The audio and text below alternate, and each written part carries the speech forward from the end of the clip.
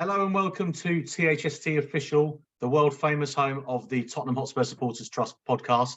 My name is Martin Buhagiar. I'm joined as always by our co-chair, Rachel Martin. Good evening, Rachel. Good evening, Martin. Great to see you. Great to see you too, as always. We have a very special guest this evening.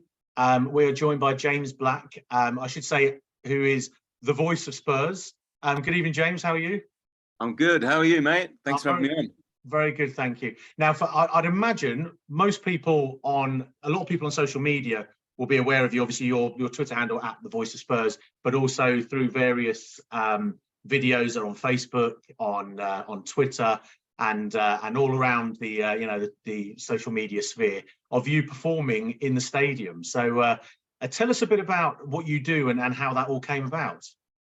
How it came about, it was, I was at a gig, a mate had got me a box and I was at a Spurs game, and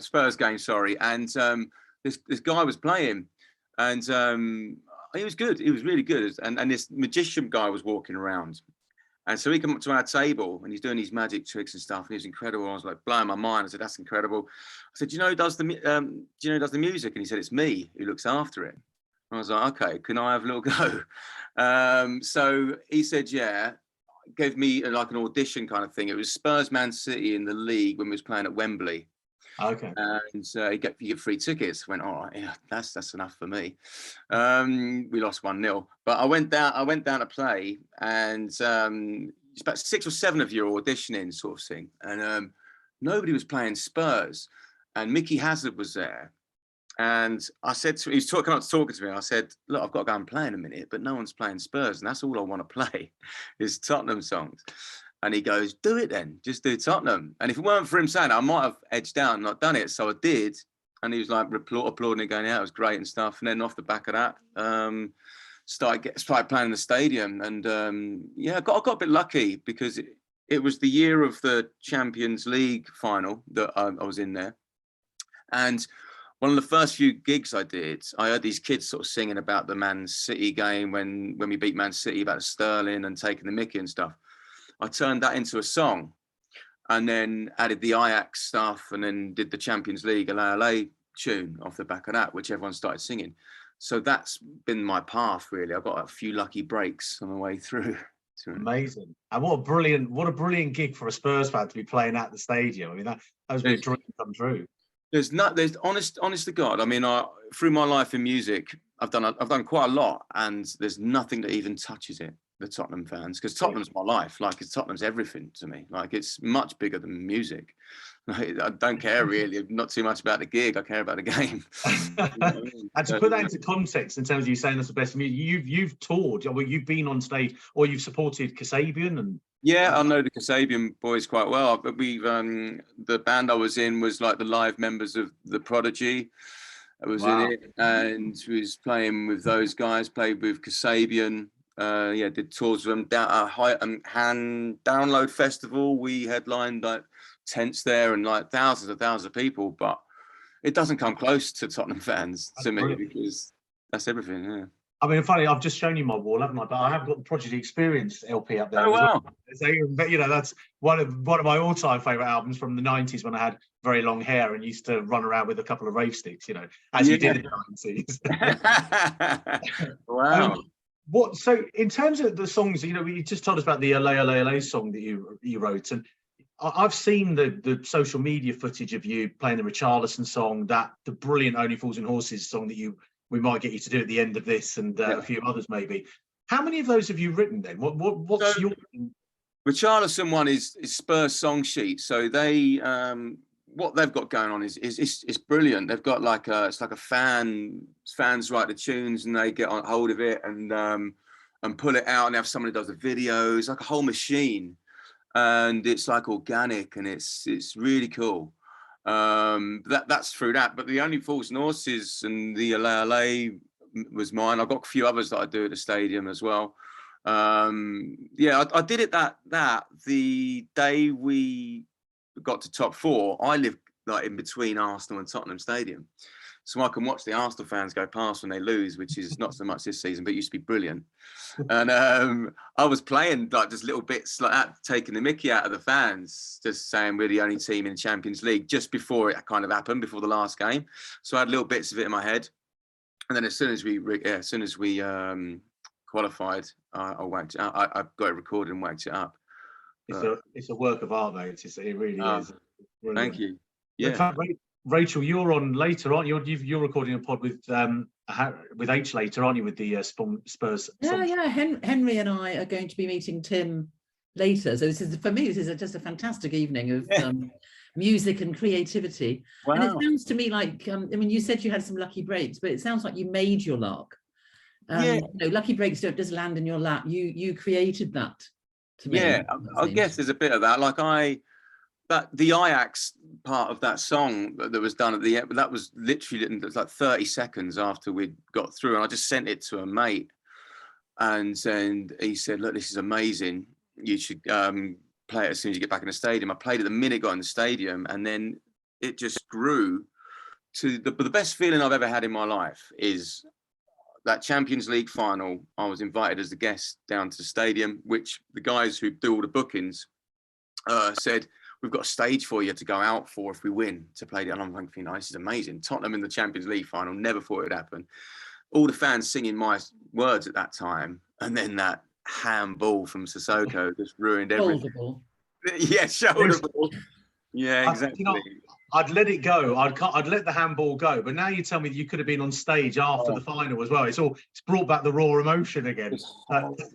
It was a horrible moment, wasn't it? I remember sitting there just thinking, right, like it's a bit. Well, we'll come on to Sunday in a bit, but get through the first half an hour, and I reckon we'll win this. And then and I'm a grassroots coach. I've said that on this podcast many times. So sorry for regular listeners who I bore with that, but just to put it in context, I've managed a team from under 8s to under 18s. One of the first things you say as well when you're teaching kids on corners is don't be pointing to your teammate where to go in the box in case it hits your bloody hand. Yeah. Let alone someone on 150 grand a week who's a French international running in the box, the biggest game in his life, looking like he's pointing for directions to where it infuriates me. Absolutely. Where were you, both of you, actually, a question for both of you. Where were you the Ajax semi-final? Whereabouts were you? Where did you watch it? Well, I was at home because at that time I was still working as a head teacher. And so, you know, it was term time. And so I didn't want to go to a pub. I didn't want to watch it with any friends that didn't support Spurs, obviously. My best friend, Pam, was in Ajax. And, you know, she's who I sit with, you know, with our season tickets. And I was almost having to do sort of like yoga and just try not to care too much because I was just feeling heartbroken that we'd done all of this and Lucas had done so well with those 2 goals, and it obviously, whatever happened, it just wasn't going to work. And I think I nearly died actually when the 90+6. It was just incredible. Can you remember? I did go to the Champions League final. I did get to the final. Oh, nice. I was there. And you were saying, Martin, that you sort of get over things. I don't. I sulk, and I sulk for years. And I can still see Mo Salah's face after he scored that penalty, and he came up to us in the crowd and was sort of jeering us. And so I can't stand him. Oh, me neither. I can't stand him anyway. Oh, God, I just thought it was so unclassy. It was a total cheat in the first place. Not him, but the decision. And then to do that is just money can't buy class, can it? Just on the semi-final, I was the same. I couldn't go to Amsterdam because I could get a ticket, but my 2 sons couldn't. And we'd been to all the home games together, and I didn't want to. And I thought, if we win, I want to be with them. If we lose, I want to be with them. You know, it wouldn't be the same. You do care, see? So you do care. Oh, I do. Yeah, I do. But we celebrated the 3rd goal so much. We got one of our dogs, Sharpei, called Vader, just weed on the floor. So we're going mental, celebrating literally minutes till we're in the Champions League final. There's a massive pool of wee in the middle of our lounge. And the best thing is, I don't know if you remember this, Rachel, I'd news Newsround had asked us if we knew any kids who do like some before and after interviews for some of the games. So Luke and Lewis, my two sons, my two eldest sons, Ethan's the third, he wasn't old enough at the time, we're doing like a before the game, this is how I'm feeling, and a post game, this is how I feel. So we did it before the Ajax game outside the stadium, did it before the City game outside the stadium, then we did one at home before the Ajax game, and it's hilarious because Luke's got this really curly hair. So he does this one before the game. I'm feeling really calm. I think we're going to win. And then after the game, he does it. It's bright red, sort of marks. His hair's like there. It's absolutely brilliant. He looks like he's just had a fight just for the celebration. Wow. I remember during that, after the Ajax goal, I hadn't had a drink. I was totally sober. I was looking after my mate's house. I found myself in his garden with my top off, and never ever in my life have I blacked out and not known why I'd done something. I was just thinking, what am I doing here? How did I get here? I've never ever, like, obviously apart from drinking from time to time, and that was totally sober. That was pure euphoric. That's what football does to you. Do you know the best thing about it? That was possibly, I still think that getting to the, and I've seen us win the, I've seen us win the UEFA Cup of White Hart Lane, a few FA Cups, a few League Cups, seen us win some trophies before I get any Gooners commenting. Yeah, but that 4 weeks between the semi-final and the final, I think it was my happiest as a Spurs fan. Yeah. One reason, I couldn't find a Gooner. When we got to the final of the Champions League, they disappeared properly. Yeah. Oh, yeah. They were nowhere to be found until they came out from under their rock at full time. It was beautiful. That was the most important game of their last 5 years. That final as well, wasn't it? Do you know what I mean? It was, yeah. If we'd won that, if we'd completed the set, European Cup, UEFA Cup, Cup Winners' Cup, something they can't do. Yeah. And then one day we will do it. Oh, we'll do it, mate. This year. Absolutely, that'll be nice. But moving on quickly, we should say as well, Jay, you're off to the World Cup in another week as well, aren't you? Well, I'm not going to the World Cup. I'm going away for the World Cup because I've got a break, obviously, from playing at the stadium. There'll be no games, so I'm starting off going with a friend to Vietnam. I'm going to try Cambodia, maybe a bit. I've been to Thailand before, maybe a bit of Thailand. Just get myself out around there, get a bit of sun. Do you know what I mean? Nice. Oh, well, that's good. We'll have a lovely time. That's great. Yeah. I'm not away for World Cup. Oh, okay, that's fine. Yeah, I thought you got some gig ready. I was waiting for, I knew Robbie Williams was out there. I was waiting for you to come on stage after him as the main act. Let me not entertain you. And, the thing is about that, there was a route where I could have got through to do something, but my problem is I'm massively club over country, really. I find this, and I'll watch it, but I find it a little bit annoying to not have Spurs games for 2 months, and I couldn't be singing about Saka and stuff like that, really. To be honest, Do you know what? We've said that on this pod that if you went back to Italia '90, if you'd asked me then, would I rather Spurs win the league or England win the World Cup, I probably wouldn't be able to choose. Yeah. But since I think '96. It's just massively club countries just dropped. The years of Ben and Keegan and boring international football. It's funny, isn't it? What about you, Rachel? Are you the same? What are you with club over country? Well, absolutely club over country, but even more so this year because I just think it's absolutely wrong that the World Cup's being played in Qatar for all sorts of reasons, and it should not be in the middle of the season. But the main thing, obviously, is how they got the contract in the first place. All the human rights stuff around it. I just find the whole thing really distasteful, really bad. I mean, I'm sure I will watch it and I'm sure I'll get excited if England do really well. And obviously I'd love Harry to do really well. But no, I mean, I wish that we could keep the momentum going. I'm really worried about who's going to get injured. Yeah, that's me too, yeah. I wonder if Argentinians will get injured. That would be unusual. With our luck this season, we'll probably end up with Richarlison, Son, Kane. Back with injuries. We'll just play. Well, to be honest, we just play Kulusevski up. I'll be happy with that. To be honest. Oh, wasn't it wonderful to have him back?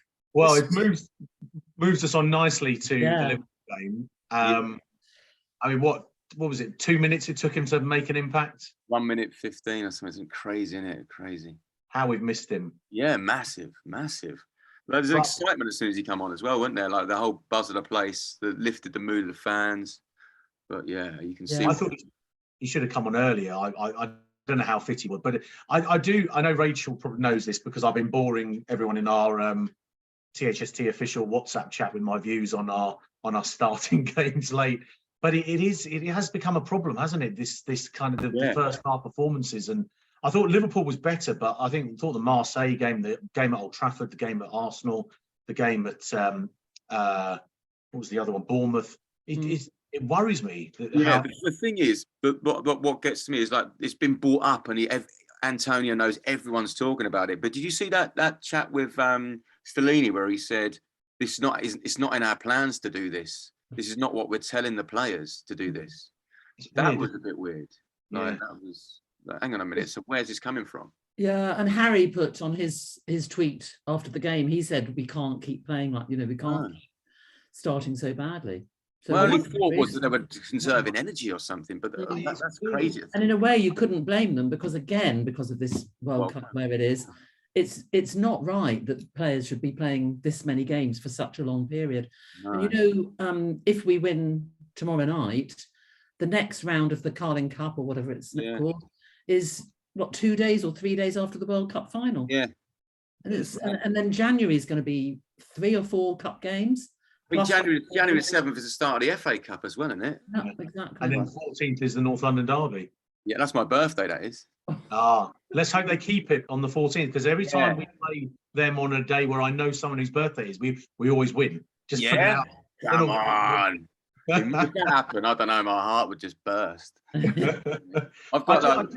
I think with the starting, it is a weird thing. The thing that gets me with Conte saying this isn't how we plan is, when you see him on the line, he's always, there was a time on Sunday where Emerson had the ball and everyone was urging him to go forward, and he went back and the whole crowd go, oh, for God's sake.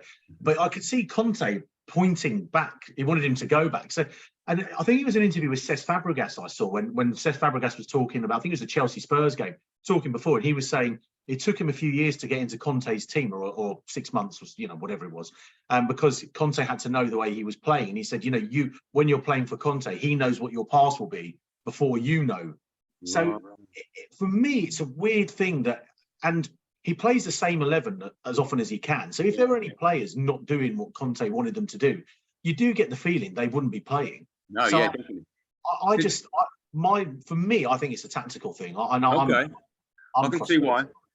Did you see that interview where he said, "I prefer to kill a player if they don't do exactly what I want than have them."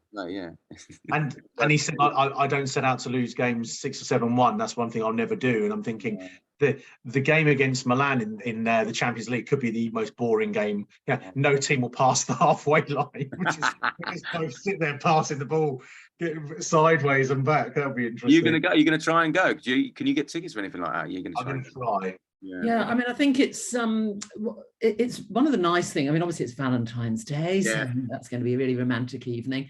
Tottenham's my only love, anyway. Exactly, that's what I mean. But also it's half term, so all the teachers can come. It's families might go, and it's a good sized stadium, so there'll be a big allocation. Yeah. What about 3,000 or 4,000 or something, do you think? Yeah. And there'll be a lot of Spurs I bet you there'll be Spurs fans getting tickets in the home end as well, which is... Well, obviously we wouldn't be condoning that. We wouldn't condone that. I always remember that game at the Nou Camp when Lucas Moura scored and it panned through the Barcelona fans. There's about 7 Spurs fans really? in the home end, and you're just like, whenever we're in the... I'm a Southland season ticket holder. Whenever you get anyone in there who's not a Spurs fan, I get him out. And then you will just pop it up in the Nou Camp, take it over. I can remember my dad took me out of a Tottenham-Luton game, and I was about 7 years old because I stood up and cheered when Tottenham Gazza scored. He just walked me out. Was that the Gazza gut on the AstroTurf when he went through? We won 3-1, and that was to make it 2-1.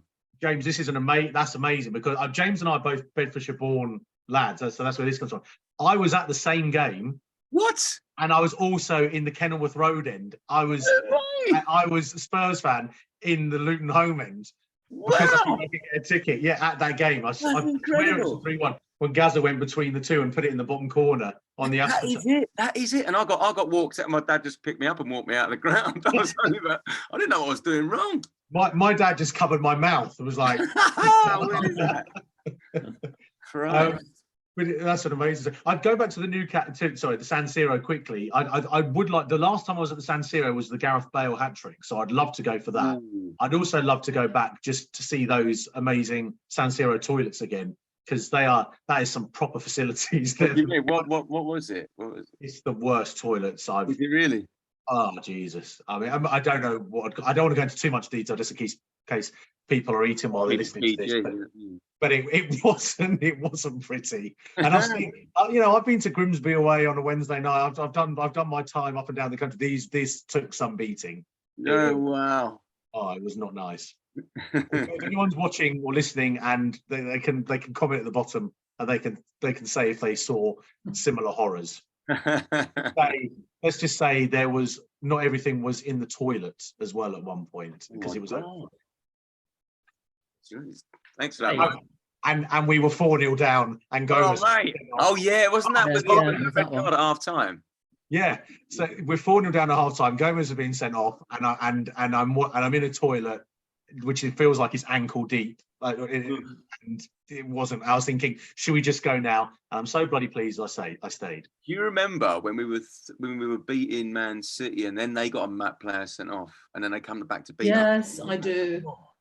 That was Keegan, wasn't it? Yeah, that's it. Jerry Barton, wasn't it? Yeah. Jeepers. They went down to 10 men at half time because someone said something. Was it Barton who got sent off half time? Yeah. We were 3-0 up, and it was Mackham who scored.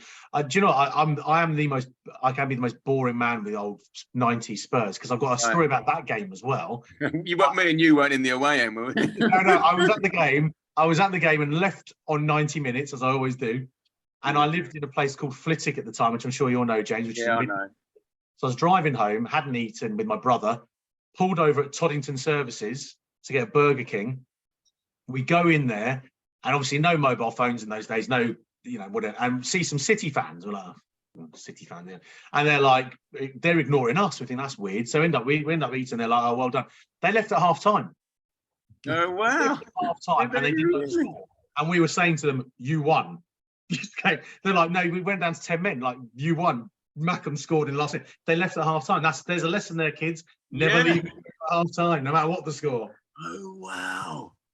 There's also there's a Liverpool one, isn't there? Liverpool Real Madrid. There's a story about a guy who put a bet on, put all his money on Liverpool to win the cup, and he thought he'd lost it the whole lot, and he took a load of money out of his. What was left in his bank account, and was leaving his family and stuff. Left his home. He left a note, and before at half time, and obviously in the second half, so he drove back to get back before his money comes back.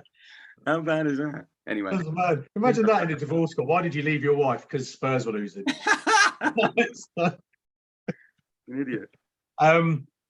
Speaking of Spurs losing, we'll move on from the Liverpool game. I just, it was disappointing. Second half was good. Great to see Kulu back. I think he makes a massive difference to how we play. So you never know. Leeds game, hopefully he looks different as well. Do you think? I think he looks a bit sort of musclier and leaner as well. I think. Yeah. Do you notice that? I just love the way I do. I think he looked fitter. He looked lean. But also, it's the one thing I'd say is when you play a 3-4-3 or 3-5-2. The fullbacks, the onus is on the fullbacks to cross. Yeah. I can't remember Emerson or Sessegnon ever putting a cross that looks dangerous at the moment. I don't know if it's a confidence thing. No, you're right. Kulusevski's crosses are just always in the danger zone. Differently, yeah. Imagine if you had those two on point, like the two fullbacks on point, and you got like Kane, Sonny, Kulusevski there. It's a no-brainer, isn't it? You must imagine. Yeah, and Richarlison. I mean, I do think that we really can't underestimate the. I mean, I know every team has had injuries because of all these matches, but the crucialness, if there is such a word, of the players that have got injured. I mean, thank God, I won't mention one that hasn't got injured, thank God. But they are pretty devastating. And you looked when I was going to the Liverpool game, I was thinking, what are we going to be playing? Sort of 10-1, isn't it? So it was better than that. I actually thought we played really well. He did play well, I think, and he was on a yellow, wasn't he, as well? Kane? Yes. That he'd missed the next game. Yeah. Does that still happen now? If he gets booked at Leeds, does he miss? Or is there a break? I thought that was it. I think it is. This was the point, but I'm not sure. Anyway, let's not chance it. Yeah. I thought playing Perisic up front for the first time, or not up front, off Kane for the first time, it was good. Was a bit weird. Yeah. It was better than what were the options? Well, even Moura was slightly injured, wasn't he? I'm always of the opinion. I mean, I'm old school, right? If a player's fit enough to be on the bench, I think they're fit enough. I do. I'm sorry. I thought for me, I thought you could have played one or the other. I don't know. I know I'm a bit critical content. You could play Brian Gill and you could have played Perisic at right or left wing back, which for me would have been better because then you got Perisic crossing. When Emerson Royal put that cross in, that again. Yeah, I've seen 11-year-olds as a grassroots coach, hit the danger zone better than that. I cannot work out how a professional footballer can miss an entire team like that. So for me, I would have liked to have seen Perisic play fullback, playing Brian Gill up there, play, whatever you want to do, play Bentancur further forward. I think you needed Perisic. He's the only fullback we seem to have that can cross, which also brings me on nicely to the Forest game. Do we think Jed Spence will get a game? Yeah, I think he will. I actually think it'll happen. I do. I hope so. I feel. Is that based on anything? Yeah, I saw he was talking about all the players being ready. Yeah. And he said fitness wise and what I'm seeing from the player, I'm seeing a lot of improvement. As someone who can take on what needs to be taken on and being part of the squad. He started talking about him in that manner. I think that's what he'll do. I think if he doesn't play him then, when's he going to play him? I've heard, again, though, this, you never know if this is true or not, that one of the issues, and this is, from a bloke at the stadium who's his dad who cuts Conte's grind. I don't know how true this is. But one of the reasons is that apparently Jed Spence is just too offensive, that he doesn't want him, Conte doesn't want him to be that offensive. He wants him to be more like Emerson in terms of not attacking him and going back. You can see that, can't you, though? You can. That is probably true. Yeah, because otherwise, why not play him? Because he looked a phenomenal prospect last year. He looked great when he came on. What was the game? He got the ball and just drove forward. We're like, oh yeah, that's speed. More of that in 2 minutes. Remember, he kept Arsenal out when they were all in white that time, weren't they? He kept Arsenal out in the cup. He kept Martinelli quiet, didn't he? All game. I feel for him. I think he needs to go. Now I hope he gets. Because he probably came to Spurs thinking, if I start the season well, I could get in the England squad. Yeah. With all the injuries we've had, obviously Trippier is going to be number one right or left back. God, can you imagine Trippier in Spurs? Oh, yes. Why didn't we let him go? Someone who could take free kicks as well and set pieces. That would be nice. Yeah, we got Kane on free kicks. Isn't he got the worst record or something in the whole Premier League for free kicks? Apparently, Harry Kane. That's still something I can't fathom. Someone who strikes the ball he must Harry Kane, he strikes the ball cleaner than anyone I've ever seen play football. Yeah. I've never seen anyone strike a ball like Harry Kane, including Hoddle, Gaza, whatever, when the ball's moving. He strikes a ball more cleanly than anyone. So for me, free kicks should be... Yeah. I wonder if it's just gone on so long that it's like he overthinks it. Because again, with penalties, he's fantastic. Penalty. One of the things I think's improved massively that we don't talk about enough is what we're doing with corners compared to this season to last. It's massively different. Yeah, I expect us to score now. Yeah, corners at least one a game anyway. Yeah, that's what I mean. Amazing, and we're so much better at defending them. Yeah, we've got a new set piece coach, haven't we? Yeah. He's working wonders. And I remember last year, sort of joking. Every time we got a corner, I'll go for a pint. I'll have a pint of neck oil, because nothing's going to come of it. I just do that on free kicks now. But but it's amazing seeing us attack corners, and Longlay's even the free kick delivery from Perisic against Marseille. Oh beautiful. The goal there, just incredible. And see, even my dogs appreciate it. Yeah, he's not doing a wee on the carpet, is he? Yeah, it's like just woken up to the fact that I'm recording a podcast. He always does this. It's like I'll start making some noise. What corner? Yeah. But it was last year, didn't we, Rachel? On podcast, we used to speak about corners quite every now and again, saying how poor they were. So it is great to see us improving. Yeah, exciting. Yeah, totally. Well, look, I think we should probably treat our listeners now to a bit of live music. James, what do you think? Yeah. Maybe maybe a couple of songs to finish. I should say, James did say that sometimes, obviously, some of the songs include swear words, so we'll put a disclaimer in. But I did say, I know when we've recorded podcasts after a defeat, I have sworn before, haven't I, Rachel? So I think sometimes you'll be well within your rights to do that. I don't think you're the only one, actually, Martin. And we do say when we put this on YouTube, is when I tick the boxes when I'm uploading, is it for kids? We say no, it's not for kids. No. So if you're listening in a car on a podcast and you've got kids in the car, obviously if you're Spurs fans, I hate to break it to you, your children probably sing these songs in the playground. And if you have a parent like me, I allow my kids to sing swear words in the stadium anyway. So it will be okay. But I'll just put it out there just in case. So over to you, James. Look at that. Look at that. It is. At the last gig I did at the stadium, what game was it? Oh, the Liverpool game. This woman came up to me. She said, I was in charge of the flight for Tottenham coming back from Marseille, and that's the headrest. Oh, wow. Amazing. Someone gave it to me. It's quite nice, isn't it? Yeah, lovely. I'm going to get it put on there properly, not just gaffer taped on. What's the volume like? Can you... Sounds good. Sounds nice and clear and loud. Start with the Only Fools and Horses one, shall I? I love it. Absolutely brilliant. Romero's got you in his pocket, from Paris, London to Milan. We got Kane and Sonny and Antonio Conte and Rodrigo. He's the man. He come from Juventus with a ginger suede, days and THST. Tottenham Hotspur are the only team in North London playing Champions League. La la la la la la la la la la la la la la la la la la la.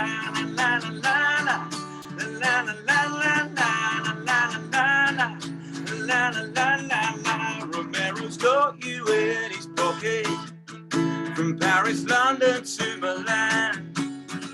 And we got Kane and Sonny and Antonio Conte and Rodrigo. He's the man. He come from Juventus with a ginger suede, days and Kulusevski. Tottenham Hotspur are the only team in North London playing Champions League. La la la la la la la la la la la la la la.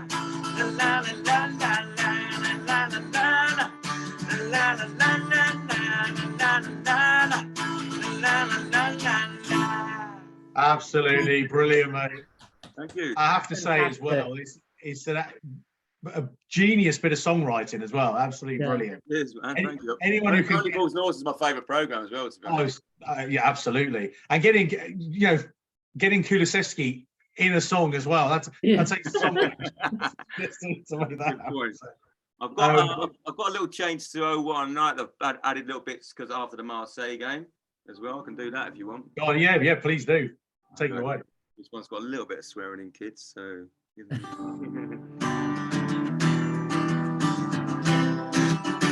Oh, what a night! Watching Tottenham on a Wednesday night. You play Thursday 'cause you're fucking shy. What a feeling, what a night. And luck knocking at Wood, it's in the Champions League. And Alexa, Kolasinac, Tavares and Guendouzi. Oh, what a night! Watching Tottenham on a Wednesday night.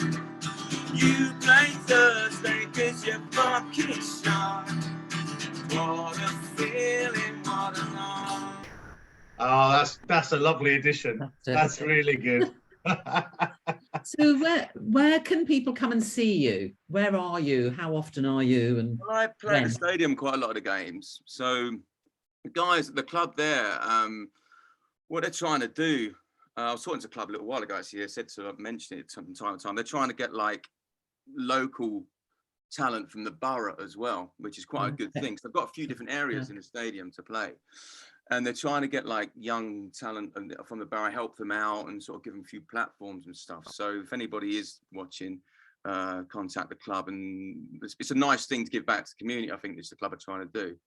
But what, yeah, people to come and watch. I'll be like, I'm usually in 2 different sections. I'm either at the White Hart Bar, which is East Stand level 5, block 525, or I'll be at the next game at Leeds. I'll be at the Shelf Bar, which is East Stand level 1, block 120. It's normally like in between, but on my social media, which is across Facebook, Twitter, Instagram, TikTok, it's all the Voice of Spurs, and I always put up where I'm playing in the stadium, basically.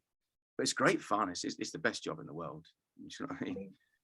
Well, best job in the world by, you know, in the eyes of Spurs fans, particularly with the Only Fools and Horses song, best musician in the world. You know, that is, if we could get the South Stand singing that Only Fools and Horses song, that would be amazing. That would be absolutely amazing. Imagine that in full flow. So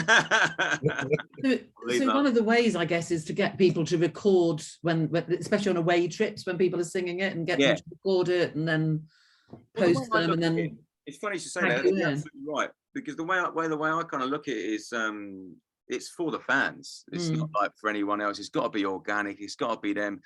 Got to be that. From my point of view, has got to be the ego's got to be taken out. Lose the ego. And I lost it the minute I left the band. Really, many years ago. It's more for the fans, and so we've got some cool songs to sing. Do you know what I mean? That is going to dig out the other fans. It's more for that. So it's whatever they take on organically, and they don't, I kind of leave it to them. But yeah, there's been a few. It's been quite a few. It's been going well. But Spurs song sheet as well. Those guys do great, and there's no. We're all in the same boat. Do you know what I mean? All trying to help the atmosphere at the stadium. Yeah. Sorry, my dogs were just deciding to get. I think there's a squirrel at the window, so they just got a bit. Homer Simpson when he's a. Yeah, it's like. They wander into the podcast. It's ridiculous. No, it's brilliant. I think what we'd maybe try and do as well is take a clip of you just performing the Only Fools and Horses song, and we'll put it on social media ourselves, put it on Twitter, because that, like you say, Mitchell, thank you, Vader. That's how it works. You know, that is, like you're saying, it is very organic, James, of what the song sheet guys are doing. But and you can see it already. I you know, just even talking about the flag, the guys with the flags, you know, that you can feel. I saw that where I'm in block 257, we had the Hugo flag literally next to me.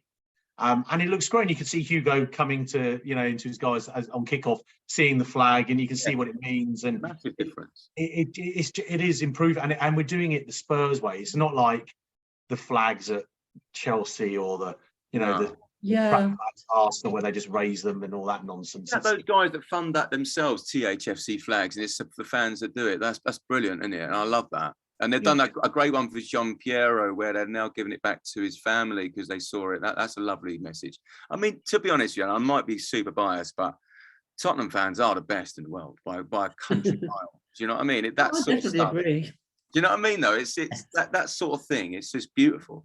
Yeah. And I love it that it's that it is organic and that it's come from the fans. It's got a life of its own, and it's not too corporate. And I was actually talking to the club about it and saying that it's sort of like street art as opposed to art from the National Gallery. Yeah, because if it came from the club, it would all have to be corporate. It would have to have the crest. It would have to be a certain type of branding. Yeah, and I think these are much better for this purpose because it is it's the fans. Yeah, feel. This is, and you're absolutely right. It needs a lot of volunteers, though.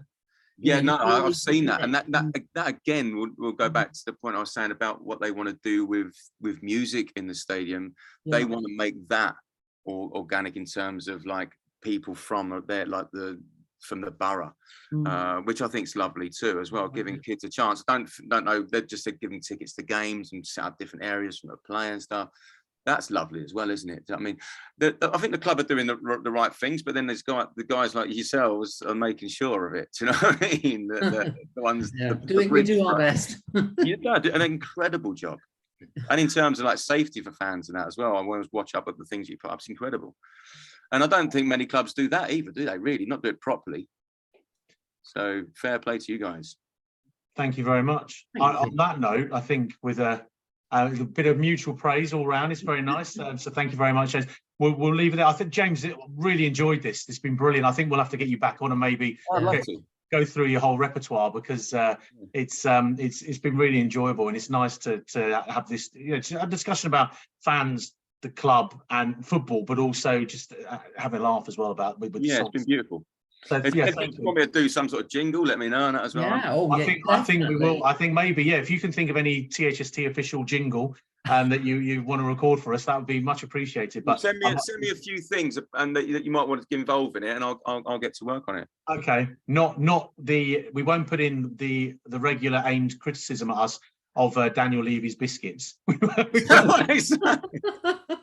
We used to get, so when we used to have the board-to-board meeting with the board, we always get, "You're only there for Levy's biscuits." We're like, for anything from me, from outside sport, you move a lot more towards the fans, a lot more, isn't it? Like, yeah. I think whatever you do, you're always going to get criticism. Yeah, absolutely. I got it a lot for a bit, but I just take it with a pinch of salt, you know. Exactly. Got to have broad shoulders, haven't you? You've got to believe in what you're doing, and basically, you know, you can't. I know it's corny, but you cannot please everybody. No way. But we do try and listen. You know, we do our big survey. We do try and you know, understand what people want, and we also have to work within the fact that it is a business, and you know, we try our best. We're working very hard to get formal fan advisory board up and running. You know, we're quite close to that. There's lots going on. I saw the breakdown thing that you did in August. That was great, and it just showed gives the fans exactly what's going on and what is happening, so you can see what's moving along. That's lovely. And I think you guys are in a similar position to me, where you're there for the fans, but I've got to keep an eye on, because the stadium obviously pay me. Do you know what I mean? So I've got to keep an eye on both. I've got to be able to try and connect and be a bit of a bridge myself. It's not too easy. Do you know what I mean? Sometimes it's hard, because I think sometimes there are things that happen, and we can maybe understand it more, and there'll be people who are critical of what's happened, and then we'll try and articulate it in a way that everybody understands, you know. So people the club understands where supporters who are critical of something, where they're coming from, and the people who are critical understand why the club did something, and just trying to make it all come together and making everyone understand each other's perspective, which is, I guess, how you end up at a point where things start to change and things start to improve for the better, which is what we try and do. I've also seen a guitar in the background there, mate. So you're going to do you know what? Next time I'm not at your level, Jay.